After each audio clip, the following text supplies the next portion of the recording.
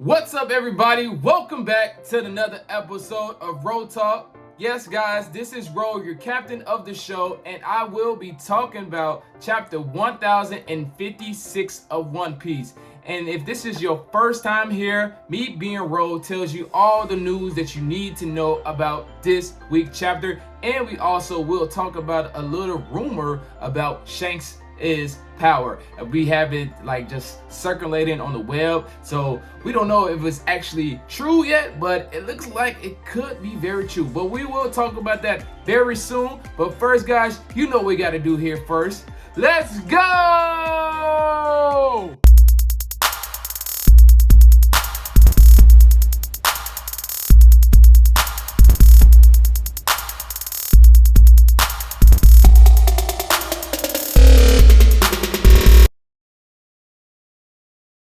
The first thing we have to talk about is some of the Shanks rumors that's going out there in the world that's circulating right now. And we have it right here from Twitter at OP_news22 stating that Shanks is the killer of observation haki, and which is huge, guys. He does not allow people to use future sight, and they cannot see into the future. So people like Katakuri, Luffy, Kaido, I'm pretty sure Big Mom has some capabilities like that too, but they would not be able to use that future sight power. And I think that's very good to have Shanks to be that negator, because that future sight is kind of difficult to write about and actually have a good feel for it, because it does have you thinking sometimes, like, who, if they can see into the future, why aren't they reacting fast enough to dodge stuff? And then it comes out to just being a big mess sometimes. But that's just my opinion about it. But if Shanks is the observation haki killer, that is big. That's showing you what Shanks is all about. He is a king of haki, and that's not all that Shanks does. They say also on here that Shanks has the power to even control your breathing and also kill you with his haki. So most of the time with King's observation haki, they just have you faint, but it looks like Shanks takes it up to a different level and makes it actually, it's a wrap, it's over. He can kill you with that as well too. And we also do get to know about more information about his sword. They say his sword is fiery or burning. So I love that. I really love that. But it doesn't make me feel like Luffy would fight Shanks at the moment. It will make me feel like Zoro would have some type of clash out with Shanks, because swords and hyping up swords, it seems more of Zoro's era. I don't know how you guys feel. Comment down below how you would feel about Luffy fighting Shanks, or would you rather see Zoro at this point using swords and everything? But once again, haki is big on Luffy's side, so it's a give and take right there. So it's interesting. I'd rather see, maybe I'm just a Zoro guy, so I'd rather see Zoro fight that out. But it's tough though, Luffy. Well, anyways, and then the last thing that even it says it's coming from Oda's mouth is that Shanks has his own plans for the new era that is coming up right now. So I am very intrigued about all this news that we just learned here. Hopefully this all coming true. Maybe we actually even get some more once One Piece Film Red comes out, because this is some great stuff. And then this person has a lot of other content that it even talks about how Shanks and Rayleigh found Shanks when he was just 1 year old inside the treasure pack. So just take the guy out. He's seems like it's real concrete information that we're getting. So guys, if this all information is true, this is gonna be great. But guys, that was fun and all talk about that. Let's get into chapter 1056. Let's get it. And with a new era coming into fruition, it's time for a new era in the Zou Kingdom. Many people, probably even myself, thought it would be like Wanda or one of the three Dog Musketeers, but no, it's actually is Carrots. Carrots is the new king in the Zou Kingdom, which caught her by surprise. Nekomamushi and Dogstorm came up to her and was like, hey, we are going to stay here in Wano and help out around here for, Oden, and just do right with of Wano. But and then it was like, hey, but you're gonna be the new king of Zou. And Carrot was like, oh, okay, sure, yeah, that's fine. She was, and then was like, what? I'm the new king, which caught everybody by surprise, even myself included. But it seemed like she does have the support of all her other fellow villagers or all the people that lives on Zou at that moment. Even the 3 Dog Musketeers saying, we got you covered. We know that we are stronger than you, but we will help you protect. Even Wanda is saying that, and it's looking like things are gearing up for her to be the king in the new era as well too. And Nekomamushi and Dogstorm is giving us all this power just because she went on one adventure with Luffy. Just one adventure with Luffy. She saw out into the world of what was coming into how the world outside of Zou was acting, so she was the only person that was able to prepare them for the future. So that is why she is really becoming the king. And shout out to Carrot. She out there being the king of her own. Luffy's gonna be the king of pirates. Carrot is the king of the Zou people. And with chapters like this in 156, I love it just because it's after all the chaos and all the fighting, people can get back together and start building those relationships that they had before everything got bad, or just a peaceful time. And then we also have another peaceful time right here with Kinemon and his wife getting back together, and it was beautiful. Kinemon was just being what did Dogstorm say? He was being very cheesy. Dogstorm said, I'm a dog, I like cheese, but this is real cheesy how much you are happy to be back with your wife. But it has been 20 long years since he saw his wife for her, but it was only a couple of weeks for him, and it's just been too long, and he just really happy to have her back. And he was like, 20 years have passed, but she's still looking bona fide as ever. So that is just a great thing to see about that marriage. Is looking like it's still gonna be strong. She's coming back to the capital with him. So that was great to see. Raizo got the life sucked out of him, and now he's already talking about he wish he had a girl. So that's another story for another day. Raizo is really struggling right now, and he needs to just sit back and recover. Wait a little bit. And the cat Viper is out of the bag. Okay, you might know how to get that, but the cat is out of the bag. That frame is saying is when all the information, all the secrets is out in public for everybody to be talked about. And we have it here that everybody knows now Pluton is on Wano currently right now. They haven't seen it. It was telling everybody they haven't seen it. Luffy is being informed by Robin that it is here. Frankie is like, oh, that really big thing is actually here. And Luffy was like, oh, that stuff that you burnt the blueprints with back in Water 7. He was like, yeah, that stuff. And do you want it, Luffy? Which comes by no surprises that Luffy says no, he doesn't really want it. The only thing that's really bad about this cat getting out the bag is that guy, that slimy, muddy character is slurking in the side of it and listen to this all. He already has one information about what the other ancient weapon is in Poseidon, and now we have him learning about the second information of the ancient weapon Pluton, and that is none other than Caribou, the muddy, slimy character that he is. He knows information about 2 of the ancient weapons, and he is saying that he knows the perfect person to tell this information to, which has me just straight thinking right then and there, Blackbeard has to know this. It just feels like something that Blackbeard would know. Like, I don't know who else would he tell. Would he tell Shanks? I'm pretty sure Shanks will already know this information, just because who Shanks is after telling you about this stuff in the beginning. Shanks seems like he'd be that type of character that already knows what's going on. But I can't see nobody else. He couldn't be working with no Navy people or any of the admirals. Can't see him work with Big Mom, since Big Mom is sent flying, and how will he know if Big Mom is in is even alive at this moment? So who else could possibly want this information?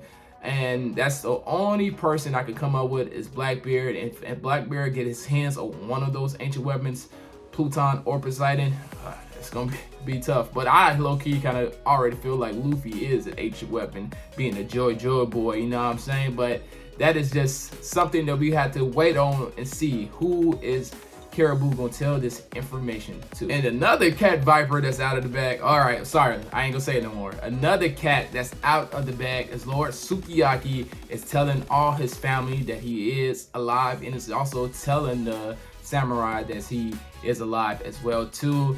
And it was kind of a funny little thing that happened with Kinemon once again. Kinemon is always the person that's out of the box and not knowing all the information. And we have Kamamatsu was like, okay, it was kind of weird that somebody was wearing this mask and it wasn't a festival time. And then we had some other characters who was chipping in too that was saying like, hey, yeah, that kind of piece it together. And then we had Kinemon trying to act like he's smart, or knowing that he did not know the information, saying, yeah, it was kind of obvious. I was just trying to save you from the mission that you was on. I figured that you didn't want your information to be out. But you could see the internal look of Kinemon was priceless. He was just like, I had no clue that was Lord Sukiyaki. And then we also get to see the beautiful reuniting between Lord Momonosuke, and we had to see Hiyori's back. They both are hugging their grandfather at this time, being happy that they actually do have another family member that's still alive, since they lost their mom and their dad. So they happy to have their grandfather alive. The grandfather saying he will stay in the picture, but he was not going to be a public figure to everybody. He said he's going to be there helping them to teach them a couple things and help them run the country smoothly as possible. But he's saying that he doesn't want the public to know his information about him still being alive, because he let them down. That's what he feels like. He wasn't able to be strong enough to help out the son, or strong enough to beat Kaido and Orochi at that time. So, but it was still beautiful to see that he's back in his arms of his family. That was beautiful. So I already mentioned that Raizo had the life sucked out of him, and also Shinobu also at the same time had the life sucked out of her, but she looked like she recovered fast enough to be able to be back into this chapter this week, and she's back to her younger stage with how she used to be when she was a younger Koenichi, in it, which that is a female ninja. And Sanji off the rip is already on that. He's already chasing after Heart Eyes and everything. And then we do have the small little Otama saying that she's going to be stronger than ever. She's going to be under Shinobu's leadership and training, getting to better herself as a ninja. For the next time when Luffy comes back, that she will be able, strong enough to go on a voyage with him, just like Ace promised her a long time ago. So that was kind of cute to see that as well. But it had me thinking, Shinobu get back to her younger self, and Raizo, we still haven't seen him get back to his younger self. I just want to know what the cause is, and how do you believe Raizo will look after he returned back from his re-healing of his life being sucked out of him? Because I feel like he's not gonna have this big ginormous head. I feel like it's gonna be something even ranchier or funnier than that. I feel like it probably would be like his legs are bigger than his whole entire body, or it could be something that he actually is just a normal ninja now, because we didn't see him at all in the chapter. I feel like it will be something that's gonna be big in the next chapter, when we have Kinemon and Momonosuke and Raizo, the three people that the Straw Hat crew met before any of Wano things. With the reuniting, I'm talking about because Luffy and the crew are finally leaving Wano at this moment, and Momonosuke is looking all over for them. He was trying to ask Zoro for some sword lessons or some sword techniques, but couldn't find them. And then he learns out that from his sister that they already about to leave, go onto their next voyage. And which is kind of cool, but we still didn't get to see Momonosuke and Kinemon and Raizo. Like I said before, the first three people that they kind of met, or the first real tight relationship that they really bond with the samurai people, because we already know we met Kinemon back at Punk Hazard and Momonosuke back on Punk Hazard, and Raizo wasn't met up until Zou, and that was the end of Zou. But those are people that they grew had a strong attachment to, so I feel like those will be the last three people they will see after they leave from Wano at this moment. And it's gonna be a beautiful scene. Raizo's gonna guaranteed look completely different. Momonosuke is gonna definitely cry, and Kinemon is definitely gonna do something as well too. Probably gonna be crying on Momonosuke as well too. But it's gonna be a beautiful thing to see. Something that you want to see as well is a good rival and a good competitive nature between the pirates, and that's what we have with the next panel. We see Luffy, Kid, and Law leaving, and they are at the port about to leave and going to their next voyage. But they're hitting a small dilemma. It's two different things. The log posts are finally setting and they going on their course, and it's three different directions. We have east, we have northeast, and then we have southeast. And Kid and Luffy are picking the exact same direction, and Law is not picking the same direction, but he is actually leaving at the same day that Kid and Luffy is leaving. So they're just fighting with each other like good rivals do. Like, hey, you picking a different day. I don't want to be leaving the same time you leaving, type of thing. And then Kid and Luffy had to draw straws and just pick which way they was gonna go in. Luffy ended up losing, and then Luffy had to just be a clout person and saying that, hey, I'm an emperor, I can't be losing this type of things on a straw game with you. Just throw it in Kid's face. And Kid was like, you know what, I'm gonna let you have that. I'm not even mad at you, but I'm really mad about this new emperor and Buggy the Clown. Which I can understand, because Buggy the Clown is a completely clown. His name says who he is. After all that we've seen about Buggy and how he acts and how he uses just his words to find some way to gain more comrades, or he just finds some goofy or a gaggy way to find some more comrades, it's always just like, how did this person, probably one of the lowest of the low persons, climb it all the way up to an emperor? And that was like one of the first people that Luffy fought in the beginning of One Piece. So it just like, how did this one person climb this all the way up? Same time, I kind of like it. It's just because that Buggy the Clown has Mihawk now and Crocodile on his side. It just gives so much hype that, like, how did this all happen? I feel like another thing of a gag way is that Mihawk couldn't cut Buggy whatsoever, so he was just like, all right, whatever, I give up, I'm joining your crew, whatever, just leave me alone. I'm gonna do my own thing here still, but just stop talking to me at this moment. And then Crocodile must have heard that Buggy had some type of information about some type of usage, or Mihawk would just like, hey, Crocodile, just come on, just join over, right? I'm over here, I got it protected, and they probably actually really working under Mihawk. But it was just kind of funny to see. I'm still hoping that some type of way that Buggy the Clown is using the new research material from the Navy in Dr. Vegapunk's SSG, because I feel like some type of way Buggy the Clown used that power to use it towards his advantage. I don't know how that's going to be happening, because they were after Mihawk, Crocodile, anybody that was a warlord at that point, they was out there. The SSG, it looked like it's not working at this moment because they're all safe. They're safe right now from our information. We still got to wait on Boa Hancock and see how she's holding up, but Mihawk, Buggy, and Crocodile are safe.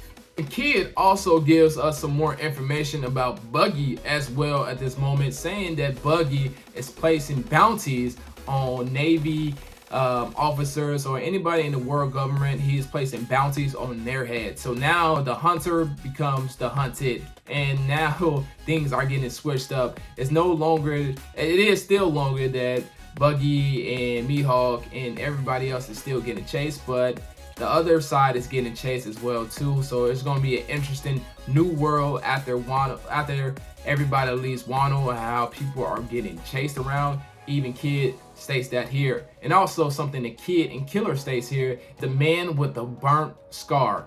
And I feel like, since I was already talking about Dr. Vegapunk, about his SSG, I feel like Dr. Vegapunk is also the man with the scar. I feel like only mystery that we have going on still right now about the people is Imu-san and Dr. Vegapunk. And Dr. Vegapunk, it seemed like it'd be the first person that we would meet before we meet Imu.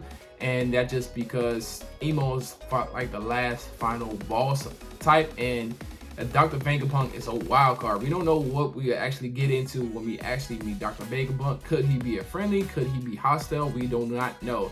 And the man with the burnt scar on his face seems like, I just don't know. It just feels like it's grabbing toward Dr. Vegapunk. And then we also see that Robin and Law has this look on their face like, I know who that is. I know who you're talking about. But our boy Luffy does have no clue who they're talking about. Luffy is oblivious, just like we are at this moment. And Kid is loving this, and he said, Luffy is telling Kid, come on, tell me. And he's like, ha, I got an advantage onto you. So the Kid is loving that he is out being an emperor at this moment. And finally, on the last page, we get to see Yamato is on top of the castle of Wano, and she has not with the Straw Hats crew. It feels like she's going to do something like Oden did back when Oden was live trying to get on Whitebeard's ship, trying to rush into last minute, holding on to dear life or holding on to the rope so she can actually be officially and join on to the crew. But Yamato has a devil fruit, so I don't think she's gonna be holding on to water. I feel like she's just gonna make a last minute rush onto the ship, and Luffy's gonna figure out some type of way to accept her. I don't know, but next chapter for sure, I think Yamato is definitely going to join the Straw Hats crew just like Oden did, because it's just been foreshadowed for so long. She says, I am Oden, and what did Oden do when he saw Whitebeard? He joined the crew. What did happen with Oden saw Roger? Joined his crew. So, and Yamato wants to see the One Piece. She wants to be the exact place that Oden was a long time ago. So that was the end of the chapter. I did really love this chapter. This chapter wasn't hitting like the last two chapters with Shanks pulling up. We know using that haki, the Supreme King's haki from far away. Like, come on now. And then Green Bull was in there too. So I give the chapter, I don't know, a 9, 9.5. It was still a great chapter. I still did love it. I love all these connections getting back together. It's after the war when everything is peaceful. And it was also some information drops as well. But once again, guys, this was Road Talk. Me being Road tells you all the stuff that you need to know about this chapter. I hope you guys did enjoy this content. If you did, make sure you please like and subscribe to the channel so you always will be in that loop. Until the next time, my Nakama, my friends, my family, my wife, peace.